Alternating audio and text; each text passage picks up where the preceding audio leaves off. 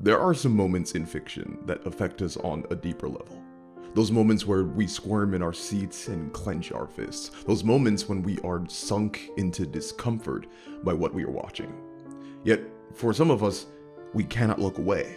For some of us, it is that very discomfort that we feel circulating through our bones that keeps us coming back. It's warm.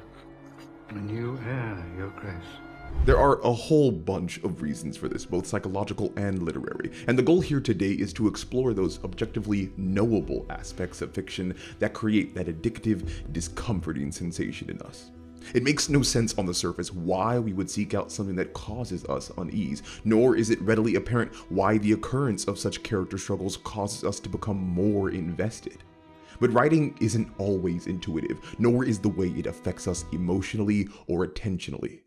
By understanding the methods that House of the Dragon is using in its scenes of discomfort and tension, along with how it breaks the mold of traditional fantasy fictions, hopefully we might come to learn more about storytelling, our own individual approaches to writing, and ourselves. Before that though, I did want to talk about how I was kind of an idiot recently. I promise this will take like 2 minutes. So you know how I mentioned that today's sponsor was Factor? Well, when they first reached out to me, my interest was piqued because I'd love to eat. And in case you didn't know, Factor is a company that sends gourmet food right to your door. All you gotta do is like pop it in the microwave, wait 2 minutes, and then you're in Chow Town. Well, for the purposes of this sponsorship, Factor sent me a mountain of free food and smoothies, and because I'm a disgusting glutton, I ate it all in like 4 or 5 days. And that proved to be a bit inconvenient because I was supposed to film myself unboxing the meals and preparing the meals and enjoying the meals. And that's kind of hard to do when you've devoured everything but literally the cardboard it came in. So because I ate weeks worth of free food from this company, to continue the sponsorship, I had to purchase more meals from Factor on my own. And honestly, I don't regret it at all. As you can probably tell by now, I eat a lot. I don't like going to the grocery store. I'm lazy, and I'm picky. So like legitimately the fact that every single one of these Factor meals is delicious, super easy to make, and it's actually kind of a game changer that they're also healthy too. There are just no dishes, there's no prep, it's just microwave, sit, and eat. I've probably eaten 15 pounds of Factor meals, and real talk, I'd highly endorse this product. And because I'd like to hook you guys up, if you head to go.factor75.com/savagebooks130 and use the code savagebooks130, you will get $130 off across 6 boxes. So don't be an idiot like me. Check out Factor. I promise you guys won't regret it. Now, to understand discomfort in narratives, we actually need to understand conflict. Narrative conflict can be defined as whatever is standing in the way of the characters achieving their goal. Narrative tension is the byproduct of conflict. It is the mystery and uncertainty in how the characters will adapt and react to the conflict. Lastly, discomfort is a further byproduct of tension, where we empathize with the witnessed struggle in such a way that we ourselves take on a portion of that struggle. To be clear though, this is not all inclusive for every possible narrative. Conflict might always breed tension, but tension can manifest in a multitude of ways. Some stories base their tension in purely happy outcomes where we root for both sides. Other stories base their tension in excitement meant to pull us to the edge of our seats in anticipation of a riveting climax. This is all meant to say that discomfort and tension is not the default, but an active decision by the writers. But if that's the case, we still have yet to learn why a writer would be incentivized to create actively uncomfortable situations for their audience. Well, let's dive into that because it ultimately comes down to the type of narrative that a writer is trying to construct. As said before, conflict begets tension, and tension begets discomfort. Well, typically in fiction, conflict is created by an antagonist. This is what viewers of fiction would denote as the villain. The antagonist represents the conflict itself, and overcoming them is synonymous with overcoming the conflict. Game of Thrones consistently relied on specified antagonists to bring forward conflict and therefore tension. We had the Lannisters for the early seasons, then Ramsay Bolton and the High Sparrow, and of course we cannot forget the overarching villain of the whole show, the Night King. No matter what in Game of Thrones, there was always an easily identifiable, objectively villainous character to produce conflict and tension. As soon as one would leave, another would replace them. Having a central antagonist makes storytelling much easier because that means the conflict is generally coming from one direction, making the roles of the antagonist and protagonist much easier to distinguish, and therefore allowing an audience a much easier time of knowing who is in the right and who is in the wrong. This is the traditional narrative structure of conflict and is very common in fantasy fiction, but House of the Dragon does not do this. There is no central antagonist. And due to there not being a central figure that manufactures hardships, the conflict must come from the individual characters themselves and the situations they naturally create. In other words, the conflict is so decentralized that every core character simultaneously acts as both a protagonist and an antagonist. Again though, this kind of stands in the face of traditional storytelling. Typically, conflict in a story is escalated by the antagonist without the need for any direct interaction from the main characters. In other words, antagonists often have the most agency or are proactive in a narrative, and the main characters must adapt to their actions or be reactive. Think about how the Night King was just stealing babies and making White Walkers. Jon Snow couldn't do anything about this, but he still had to adapt to the growing White Walker army. Or Cersei gathering wildfire to kill her enemies, causing the rest of Westeros to adapt. The traditional progression is that antagonists act and protagonists react until the final confrontation where the antagonist ultimately fails. This allows a writer the freedom to craft a story where the core characters progress not by necessarily needing to do anything on their own, but by responding to hardship thrust upon them from a consistent, known direction. Marcella? However, without an antagonist, the characters involved must create their own conflict. But how is this done consistently? Well, this means that characters must be put in a position where their individual wants and needs clash with each other. This creates a system where a character occupies the role of being proactive, while other characters then occupy the role of being reactive. Then the roles switch, causing the once proactive character to then react to the new occurrence. This cycle can go on infinitely, but usually within the scope of a narrative, it will escalate until a final climax. And with all those basics set in front of us, we can get into why House of the Dragon's narrative operates this way. As a story, House of the Dragon is not simply about a race for succession. While that definitely is the overarching struggle that the characters deal with, its underlying themes really revolve around the difficulty of authority and the struggles of self-worth and agency. So much of House of the Dragon is people without power striving to get it in order to validate themselves, while also showing how the people with power are made miserable by their obligations to it. A consistent message of the show is the necessity that a person feels to have control over their life, but all while showing the painful responsibilities that come with such power. The scene with Queen Aemma is probably the best microcosm of this idea. I, probably like many of you, was horrified by this scene. To me, it was far more shocking and uncomfortable than Bran being pushed out of the tower. Aemma's wails of pain, her pleading with Viserys, it all comes together to make this cacophony of agony that has supreme power in making you squirm in your seat. But once you go deeper into the scene, you understand why placing that discomfort on us was so important. It's meant to underpin the very obvious inequality between men and women in Westeros, and how that inequality benefits neither party. Queen Aemma tells Rhaenyra earlier that the childbed is their battlefield because they are women.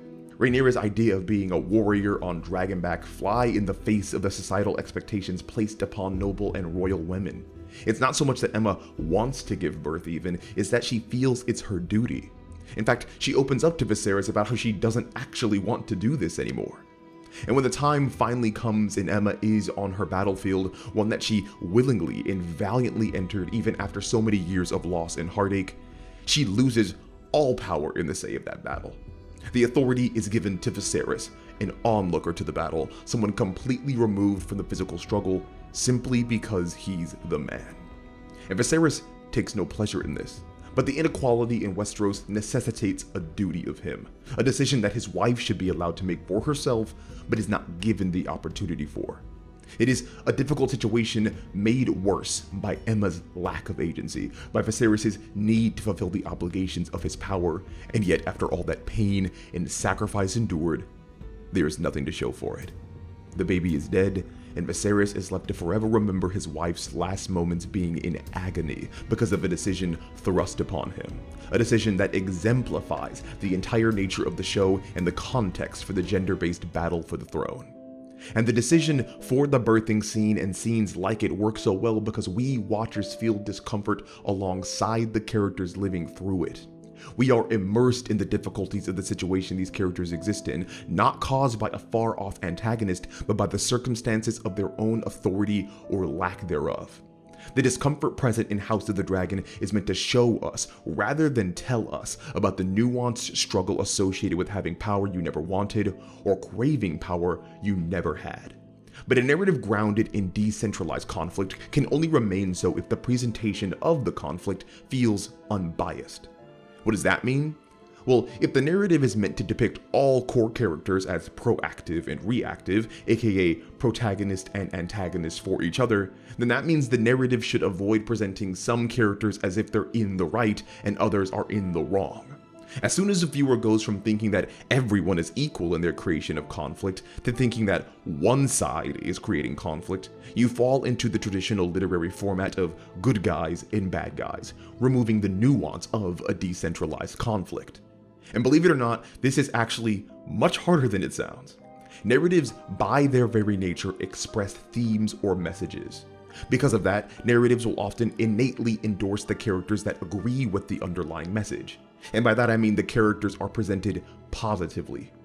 Conversely, characters that oppose the underlying message are admonished or depicted negatively. Think about the difference in representation between the pirates in Captain Phillips and those in Pirates of the Caribbean. Both are criminals and killers, but one movie depicts them positively as they align with the core message of freedom, while the others are depicted negatively as they represent opposition to the core message of justice and morality. All in all, creating an unbiased narrative that represents all character-created struggles neutrally is the best way to maintain the decentralized conflict that House of the Dragon wishes to achieve and operates on. And there are two main ways to do this. The first is to make the characters understandable. If a character is going to cause conflict, tension, and discomfort for other characters and the viewer, their motivations for such actions must be understandable. This does not mean relatable though. Understandable simply means that the average viewer would be able to logically follow the character's motivations based on their displayed wants and needs. Now, this does not mean every character has to be equally sympathetic. Obviously, Rhaenyra is a lot more endearing than Otto. This simply calls upon characters to be consistent and knowable based upon what is important to them. A character cannot be good for the sake of good or evil for the sake of evil. They must have a personal reason for their actions. The second method by which a narrative with a decentralized conflict can present itself as neutral is through parallelism. By showing two different characters in similar positive or negative situations, the narrative makes no endorsement or admonishment of either one. It's basically like putting the same weight on two sides of a scale. The show actually makes frequent use of parallels as a form of symbolism. Going back to Queen Emma's birthing scene, the idea of it being a battlefield is made literal with the editing. The entire ordeal is paralleled against Daemon's fight against Criston Cole, which is of course an actual battlefield. It was actually Miguel's idea to intercut the birth with the specific Criston Cole fight. While the men of Westeros engage in slaughtering each other willingly for fun, throwing away their lives for sport, we see that even the highest woman in Westeros is powerlessly subjected to her life being cast aside without her say or any power to combat it. Now, a parallel that specifically deals with equal, unbiased endorsement is that which happens in episode 3. Rhaenyra leaves the nobles of Westeros behind when she feels replaced by another member of her family, then is able to return bloodied and battle-hardened with a trophy that proves her might. Likewise, Daemon does the same thing. He left Westeros behind and is now triumphant, bloodied, and trophy-bound from his war with the Crab Feeder. Even though Daemon and Rhaenyra stand in opposition against each other for the throne, the narrative builds up both of them so we can decide for ourselves as viewers whom we wish to back. Other parallels are present in episode 3, such as the divine right to rule. Viserys talks about the Targaryen dragon dreams, where visions of the future come to those lucky few of the bloodline. He remarks about seeing his son Aegon sitting the throne with a crown on his head, the same vision he told to his first wife Emma. It's meant to signify that his son taking the throne is not only the right decision, but ordained by fate itself. Likewise, all throughout the third episode, the nobility talks about the white heart of the forest being the sign of true god-appointed royalty. But it's not Viserys and his new son who finds the heart, it's Rhaenyra. Both claimants are given supernatural backing for the throne, parallel to each other, so we viewers must decide for ourselves who deserves it. But even in these moments, House of the Dragon does not move away from the core of making us feel discomfort alongside the characters. Rhaenyra's great trophy was only achieved because a boar almost gored her in the night. We had to watch a young girl fight for her life against a feral beast and ultimately stab it to death as her pent-up rage exploded. The same goes for Daemon. He literally had to go on a suicide mission and get riddled with arrows in order to prove his worth. King Viserys might have been the most uncomfortable of all. He very clearly wanted nothing to do with killing this stag, but once again, the expectations of society and the nobles around him force him into a position where he must sacrifice a life for the sake of his son. So we watch him struggle to put a blade in this screaming, trapped, dying creature in visible discomfort as others praise him for it. And honestly, Viserys seems like the centerpiece for so much of the discomfort that is depicted in the show, which makes sense because he is the center of that craved power. He never aspired for absolute authority, it was bestowed upon him, and the continuously awkward and uncomfortable decisions he has to make because of it relay his unenviable position perfectly. We felt just as weird as Viserys did when he had to seriously entertain marrying a 12-year-old family friend, or when he decided to instead marry his daughter's best friend. Viserys specifically is an example of conflict creating tension because of no good choices. Would he let his wife die naturally or kill her to save his child? Would he allow his brother to mock his rule endlessly or replace him as heir? Would he allow Rhaenyra to go unmarried, or would he betroth her behind her back? Would he keep his country from war in the Stepstones, or would he send troops to save his brother? Over and over again, the narrative demonstrates the position of complete power that Viserys wields is not something to be coveted. But it also makes it very clear that many of the core characters feel completely powerless, seeking the autonomy to make their own decisions and be respected for it, rather than abiding by the wishes of others. And that narrative core is what ultimately puts everyone at odds with each other. They all have a deep yearning to do what they feel is best, but they need power to do it, and their ascension into power always means that someone else is robbed of that opportunity. Conflict created this way, instead of being manufactured by a villain, has the potential to be deeply personal, relatable, and disconcerting. Our characters are not standing against the forces of evil or unknowable demons from beyond the veil. They are in a tug of war with their closest companions, each trying to occupy a spot that would deprive another of their fulfillment. House of the Dragon is ultimately about the beginning of the end of House Targaryen. The conflict that is to come will have no monsters or devils to rise up against. It will just be our characters in escalating conflict with each other until only one side remains. And I guarantee there's a bunch more discomfort for us in store. Anyway, thanks for watching all the way until the end. If you like what you heard, leave a like, comment, and subscribe. If you really want to be a homie, support the channel on Patreon or check out the second channel. Links will be in the description below. As always, it was a pleasure, and I will talk to you all again soon.